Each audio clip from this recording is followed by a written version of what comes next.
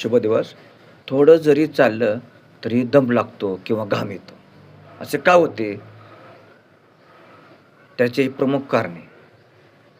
एक, रक्ताची कमतरता म्हणजे ॲनिमिया.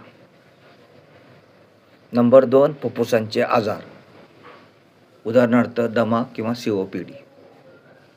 नंबर 3, हृदयाची समस्या म्हणजे हृदय जर कमकुवत असेल तरी देखील दम लागतो. हृदयामध्ये ब्लॉकेज असतील तरी देखील दम लागतो. हृदयाच्या समस्या म्हणजे हृदय कमकुवत असेल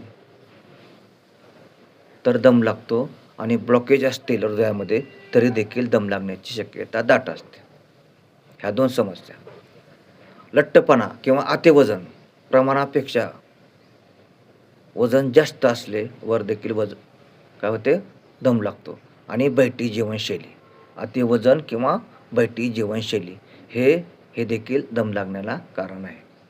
तसेच थायरॉईड किंवा व्हिटॅमिन सीची कमतरता. व्हिटॅमिन सीची कमतरता, शरीरातील हार्मोनचे असंतुलन आणि व्हिटॅमिनच्या अभावामुळे देखील दम लागण्याची शक्यता दाट असते.